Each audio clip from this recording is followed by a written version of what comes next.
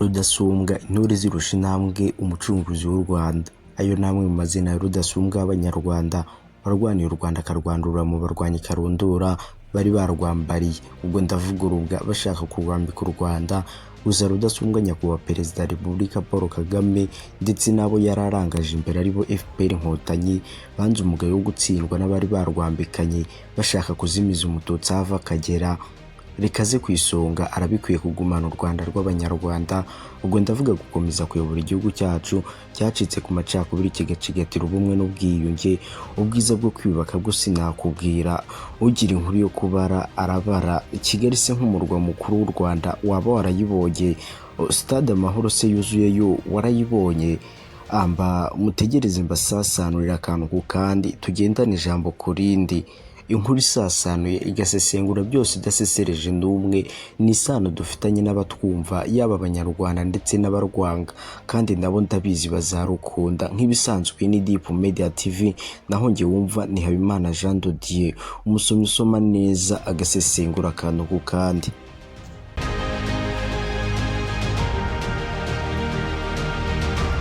Ese nyakubahwa Perezida wa Repubulika Paul Kagame ariyamamaza?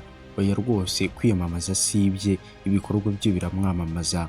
Abikora kugira ngo yubahirize itegeko nshinga ryamanikiwe akaboko n'Abanyarwanda bose bari bahaze gukomeza kuyoborwa n'ingoma ya cyami.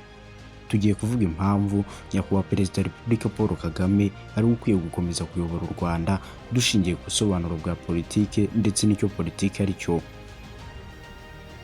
Birumvikana rero ko ibyo rwose aho bishoboka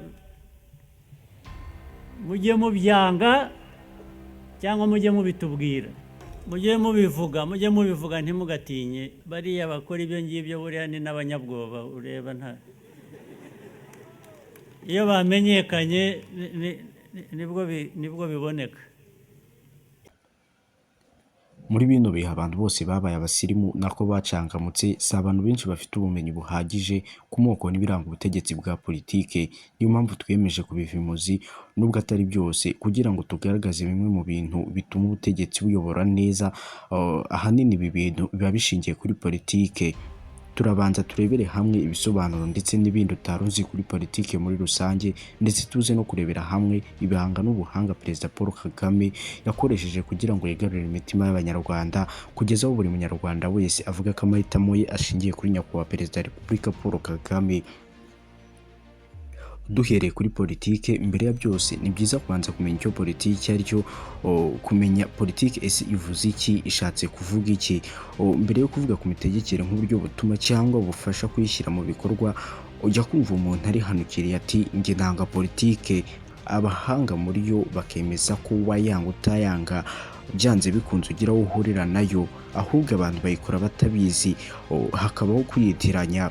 Abo bose bayitiranya bakeka ko kuyikora ugomba kuba warayize, uba uri umutegetsi mu rwego runaka ahantu runaka. Se oya siko biri, kuko ugendeye ku bisobanuro by'ibanze bya politike ishaka kuvuga uburyo bwo kuyobora abantu ugamije kubageza ku ntego runaka yatuma bashaka kubaho batekanye, bunze ubumwe, bafite amahoro kandi bakora ibibafitiye umumaro. Muri rusange dushatse kuvuga ko politike ireberera inyungu z'abantu runaka kugira ngo ibateze imbere. Ugendeye kuri ibyo bisobanuro usanga ko ntaho wahungira politike. Umukuru w'umuryango awuyobora mu nzira nziza, ashaka gukora kugira ngo awuhindurire imibereho yawo, witeza imbere muri rusange. Ibyo byose ni politike.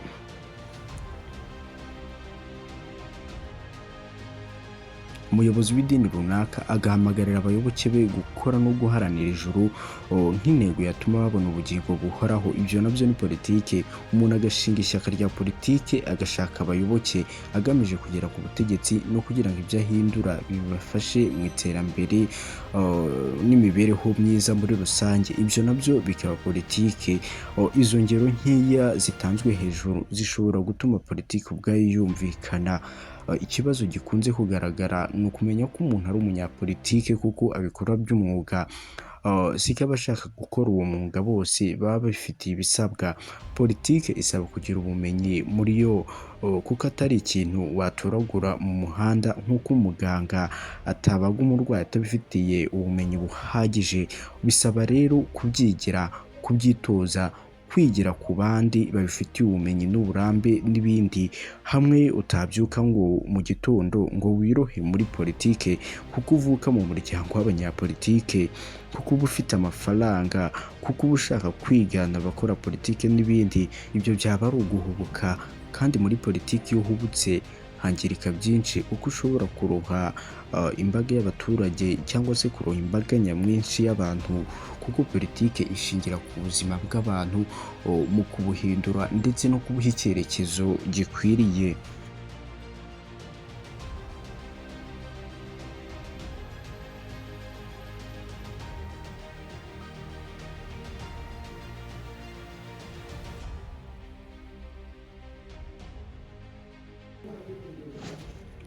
Nyuma y'ibyo bisobanuro byose tubahaye byerekeye politike, ni byiza kumenya umuryango w'abantu ushingiye kuri politike, kandi wakibaza uti se abaturage bashobora kubaho neza badafite leta? Kuko ari abantu ari n'abayobozi biri mu bigize leta. Nyuma y'ubutaka batuyeho, leta igirwa n'ibintu bitatu, ari byo abaturage, ubutaka batuyeho n'ubutegetsi bubayobora. Iyo niyo leta iba yuzuye. Iyo haburamo kimwe cyangwa bibiri, iyo leta yitwa leta iriho ariko itariho, ijegajega cyangwa iri mu bibazo. Wabyita uko ushaka bitewe n'uko uri kubyumva. Bene iyo leta iba ikeneye kwisanga cyangwa gusubira ku murongo, kuko ntayo ibiganisha abaturage. Mu bihugu byateye imbere ho, iyo ibintu byanze abayobozi baribwiriza bakarekura ubutegetsi kuko biba byarabananiye. Mu bihugu bikiri mu nzira y'amajyambere ho, si kenshi bikunze kugenda bityo, kubera imiterere y'ubutegetsi tuza kugarukaho mu kanya. Muri ibyo bihugu mvuze nyuma, cyane cyane muri Afurika ariko n'ahandi hirya yaho, abayobozi batsimbaraye ku butegetsi kandi bakabyubakira ku mategeko y'ibihugu byabo, harimo n'itegeko nshinga. Ni muri urwo rwego rero tugiye kugaruka ku butegetsi bumwe na bumwe n'ibiburanga kugira ngo byumvikane neza. Mu mateka ya politiki y'imiyoborere y'ibihugu ku isi, ubutegetsi bwose bwagiye burangwa n'uburyo bubiri: ubutegetsi bwa cyami n'ubutegetsi bwa repubulika.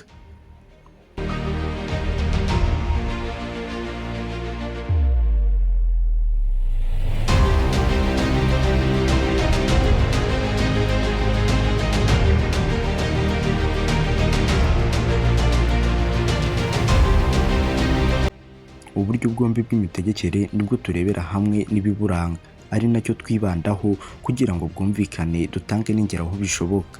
Nyuma y'ubutegetsi bwa cyami n'ubutegetsi bwa repubulika, nyuma yabwo hari ubundi butegetsi aribwo twita ubutegetsi bw'igitugu. Duhereye ku butegetsi bwa cyami, ni ubutegetsi buba mu maboko y'umuryango umwe, buhererekanywa mu maboko y'abawugize, uhereye ku basekuruza kumanuka no kugeza ku moko yabo. Ibyo mu Rwanda naho byarabaye kugeza igihe byahinduwe na repubulika. Ababyibuka bazi ko byavugwaga ko abavukana ishaka byabaga nk'ikimenyetso cy'uwagombaga gusimbura umwami mu gihe yatanze. Hari n'izindi ngoma zitsimbarara ku butegetsi bwihariye bitari mu buryo bwa cyami kandi bugaragaza ibyo buhuriyeho nabo. Urugero ni Koreya ya Ruguru, aho ubutegetsi buri mu maboko y'umuryango wa Kim Jong-un. Bivuga ko utabona ubutegetsi udakomoka muri uyu muryango. Mu minsi mike ishize nibwo hakwirakwiye ibihuha ko Kim Jong-un yapfuye. Amakuru y'impuha rwose byabaye byinshi, biravugwa. Binavugwa ko ashobora gusimburwa n'umwana we w'umuhungu w'imyaka 10 cyangwa mushiki we.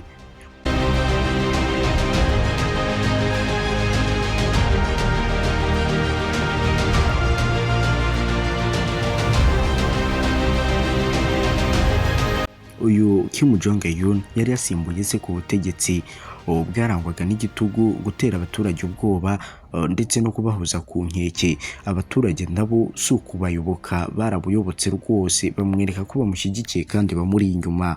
Nubwo imiterere n'imitegekere atari imwe, uko ubutegetsi busimburana muri Koreya ya Ruguru ntaho bitaniye n'ubwo muri Maroc n'ahandi.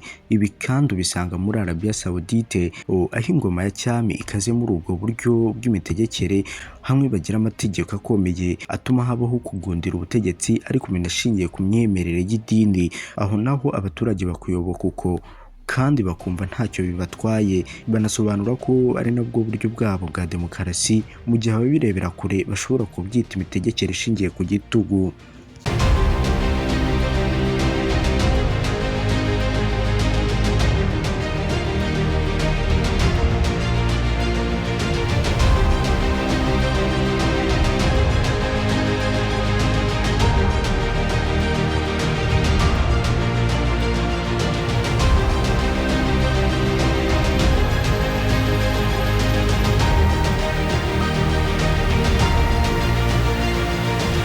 naho ku rugero rwa repubulika wafata urugero rw'Ubushinwa, aho abaturage bagendera ku ishyaka rimwe rukumbi ariryo bita Le People Communiste Party. Nubwo igihugu cyateye imbere mu by'ubukungu mu myaka irenga 30 ishize ugereranyije n'ibindi bihugu bikomeye byari ku isonga, abanenga ubwo butegetsi bushingiye ku ishyaka rimwe bavuga ko ari igitugu, kuko nta demokarasi kirangwamo kubera ko abafite ibindi bitekerezo bya politike batagira ubwinyagamburiro. Ari ubutegetsi bwa cyami ari n'ubwa repubulika uhurira kuko ubuyobozi bugirwa n'udutsiko tw'abantu badukorera bakize bikomeye, bafite ingengabitekerezo ituma bagundira ubutegetsi ku nyungu zabo bwite. Umuntu yagereranya n'akazu gato bita nepotisme. Bene abo bantu nibo bica bagakiza, bahutaza abagaragaza ibitekerezo bihabanye n'ibyabo bagamije kubacecekesha ngo batazabubikira imbehe. Mu Rwanda nyuma y'ikiswe revolution yo muri 59 ubwo ingoma ya cyami yari imaze guhanguka, ubutegetsi bwa repubulika nabwo butakosoye ibyo bwabonaga nk'amakosa muri iyo ngoma, kuko ikibazo cy'ihezwa ry'amoko kitakemutse, bityo umwiryane n'amakimbirane bihoraho kugeza jenoside ibaye. Icyo kibazo cy'amoko kuba kitarakemutse si uko cyari cyarananiranye, ahubwo ushingiye ku mitekerereze n'imyiyumvire yababaga ku butegetsi, nuko haburaga ubushake bwa politiki no gushaka kugundira ubutegetsi kwabo. Iryo bura ry'ubushake mu kuyobora neza abaturage utabacamo ibice bigereranywa n'ubundi n'ubutegetsi bwihishe bwabaga bukorera inyuma y'ubugaragara, ubwo bita autocratic regime, kuko burya nta butegetsi bukunda cyangwa bwemera ko buyoboresha igitugu kandi bubikora bukigaragaza ko ari ubw'abaturage bwashyizweho nabo kandi bubakorera. Ibi bintu bigerwaho impaka kandi zidashira. Kwihisha inyuma y'ubutegetsi bwubakiye ku buryarya n'ikinyoma si uburyo bw'imiyoborere myiza, kuko abuyobora batabura kubibona.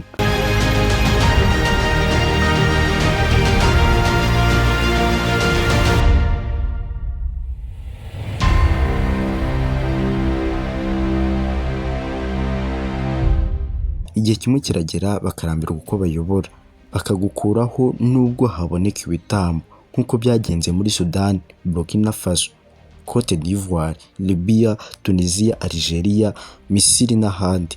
Kuko kuyobora abaturage utabatwaza igitugu ntako bisa. Byagiye biba ku ngoma z'abategetsi nka Nyerere, Mandela n'ahandi. Isi yose n'abaturage rwose batangaho urugero rwiza. Abandi bategetsi bariho ubu bakagombye gufatiraho urugero, kandi nanone ntabwo twakwibagirwa nk'u Rwanda rwose nk'igihugu cyazamutse neza n'imiyoborere myiza, aho rwose nyakubahwa Perezida wa Repubulika Paul Kagame nawe afatirwaho icyitegererezo.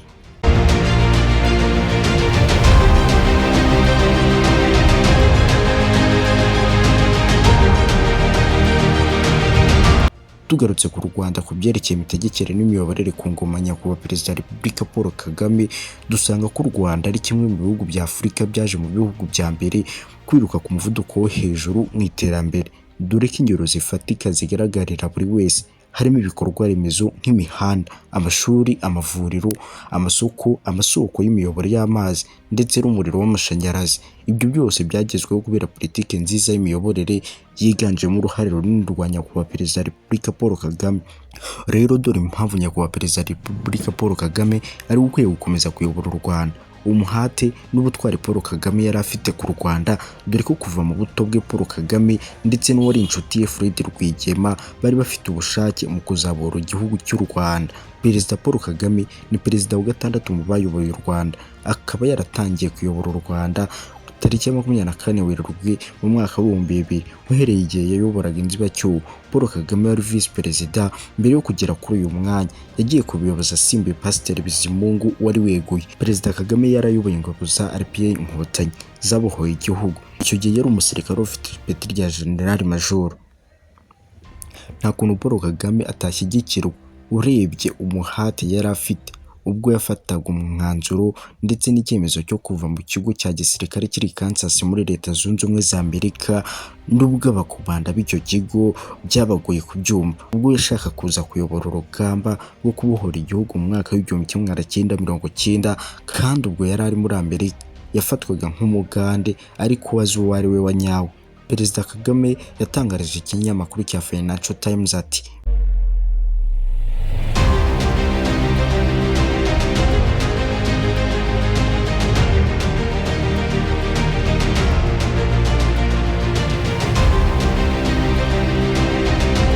muri Kansas mu kigo cya gisirikare cyari kiri muri Leta Zunze Ubumwe za Amerika. Ndi mpari nk'umugande. Ubwo rero igihe urugamba rwaratangiraga tariki ya mbere Ukwakira mu mwaka w'1990 cyari igihe nyacyo twagombaga gukora igishoboka cyose ndetse tukiyemeza guhangana n'ibyo twari guhoreramo byose, ariko twagombaga kugira icyo dukora.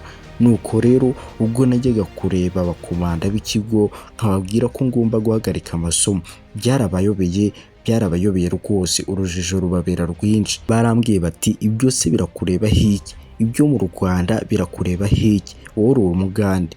Nuko umukomanda wabimbwiye ndamubwira nti sibyo, naje hano nitwa umugande, ariko hari ikintu cyabaye kirimo gutuma ngomba kubona hoze ndiwe.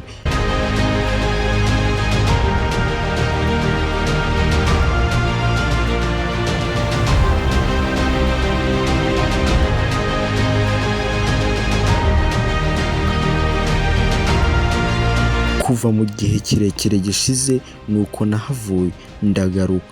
Ubwo umukomanda wari uyoboye urugamba yari yarishwe na Fred Rwigema yarishwe. Mpageze mbona ibintu byarazambye. Perezida Kagame yasobanuye ubwo yamaraga kuhagera rwose yasanze Fred Rwigema amaze kwicwa, kuko yari azi umuhate n'ubushake yari afite ku gihugu cy'u Rwanda. We n'abasirikare yari ayoboye bari bagiye kujya ku rugamba, biyemeje gukomeza urugendo rwose babohoza igihugu cyacu baragifata.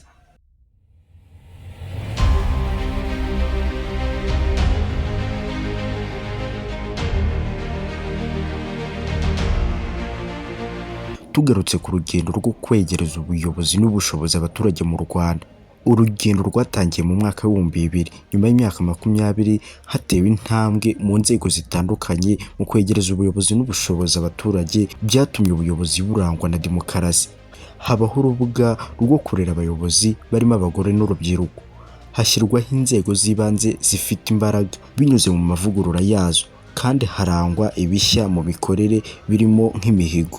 Hashyizweho kandi urubuga rw'ubukangurambaga mu baturage, kubazwa inshingano zabo no gutuma bagira uruhare mu bibakorerwa. Kuba Abanyarwanda bariyemeje guhindura igihugu cyabo, igihugu gifite ubukungu buciriritse, kandi bagahindura imikorere bagamije imiyoborere myiza, iterambere mu bukungu n'imibereho myiza, byatumye u Rwanda ruba igihugu cyihariye muri politiki.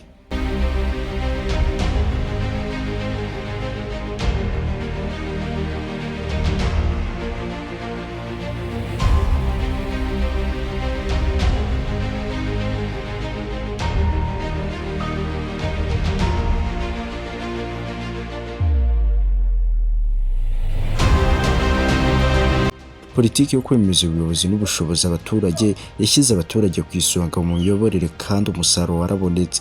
Kuva yashyirwa mu bikorwa ni mwinshi cyane umusaruro wagaragaye. Iki ni kimwe rwose twashingiraho twemeza ko nyakubahwa Perezida wa Repubulika ari ukwiye gukomeza kuyobora u Rwanda bitewe n'iyi politiki yo kwegereza ubuyobozi abaturage yashyizeho. Mbifurije ubuzima buzima buzira kuzima ukazira impagarike n'ubugenge. Iyi ni Deep Media TV wumvaga, naho njye nari Habimana Jean de Dieu.